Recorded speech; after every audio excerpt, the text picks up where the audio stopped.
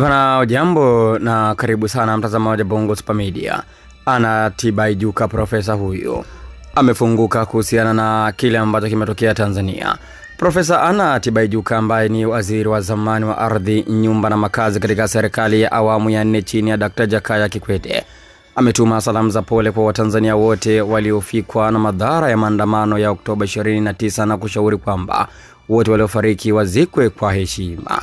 Kupitia ukurasa wake wa mtandao wa X, zamani Twitter, Profesa Anna Tibaijuka pia amewaomba kuendelea kuwafariji wafiwa wote pamoja na kuwapa misaada mbalimbali katika kipindi hiki kigumu ambacho wamepoteza wapendwa wao.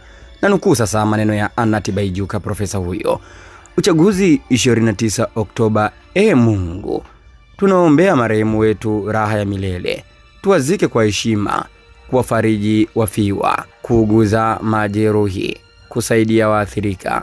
Tuombe toba kuondosha sifa za taifa letu kwa kutotambua haki ndio misingi wa yote na haina mbadala.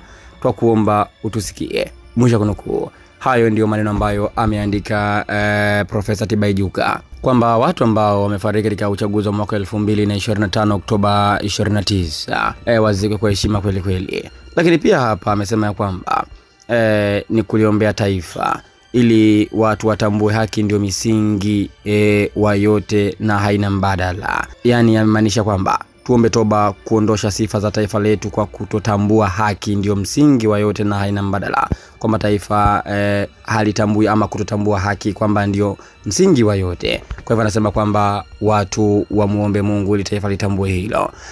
Mtazamaji wa Bongo Super Media, wewe una maoni gani kuhusiana na hii kauli ambayo ameiandika katika ukurasa wake wa mtandao wa Twitter ama X kwa sasa, Profesa Anna Tibaijuka, kuhusu hali halisi iliyotokea?